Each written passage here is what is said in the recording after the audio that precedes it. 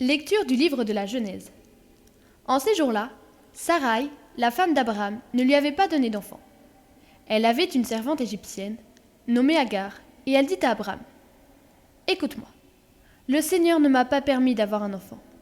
Va donc vers ma servante. Grâce à elle, peut-être aurai-je un fils. » Abraham écouta Sarai. Et donc, 10 ans après qu'Abraham se fut établi au pays de Canaan, Sarai, femme d'Abraham, prit Agar l'Égyptienne, sa servante, et la donna pour femme à son mari Abraham. Celui-ci alla vers Agar, et elle devint enceinte. Quand elle se vit enceinte, sa maîtresse ne compta plus à ses yeux. Sarai dit à Abraham : « Que la violence qui m'est faite retombe sur toi. C'est moi qui ai mis ma servante dans tes bras, et, depuis qu'elle s'est vue enceinte, je ne compte plus à tes yeux.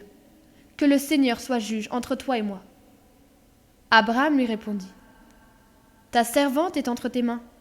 Fais-lui ce que bon te semble. » Sarah humilia Agar, et celle-ci prit la fuite.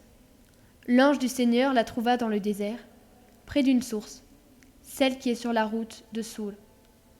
L'ange lui dit : « Agar, servante de Sarai, d'où viens-tu et où vas-tu ? » Elle répondit : « Je fuis ma maîtresse Sarai. » L'ange du Seigneur lui dit : « Retourne chez ta maîtresse et humilie-toi sous sa main. » L'ange du Seigneur lui dit : « Je te donnerai une descendance tellement nombreuse qu'il sera impossible de la compter. » L'ange du Seigneur lui dit : « Tu es enceinte, tu vas enfanter un fils, et tu lui donneras le nom d'Ismaël, c'est-à-dire Dieu entend.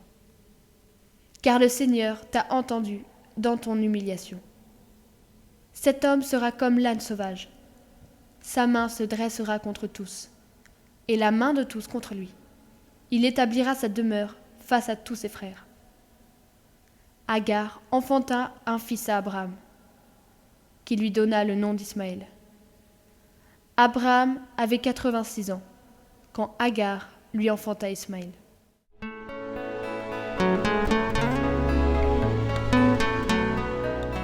Évangile de Jésus-Christ selon saint Matthieu. En ce temps-là, Jésus disait à ses disciples : « Ce n'est pas en me disant « Seigneur, Seigneur » qu'on entrera dans le royaume des cieux, mais c'est en faisant la volonté de mon Père qui est aux cieux.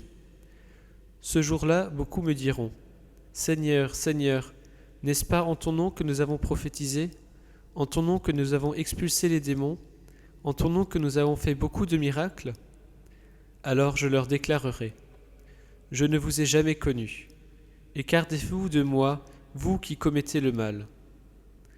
Ainsi, celui qui entend les paroles que je dis là et les met en pratique est comparable à un homme prévoyant qui a construit sa maison sur le roc. La pluie est tombée, les torrents ont dévalé, les vents ont soufflé et se sont abattus sur cette maison. La maison ne s'est pas écroulée car elle était fondée sur le roc. Et celui qui entend de moi ces paroles sans les mettre en pratique est comparable à un homme insensé qui a construit sa maison sur le sable.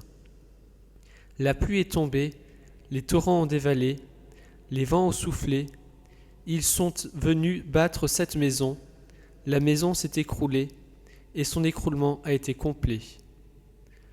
Lorsque Jésus eut terminé ce discours, les foules restèrent frappées de son enseignement, car il les enseignait en homme qui a autorité, et non pas comme leurs scribes.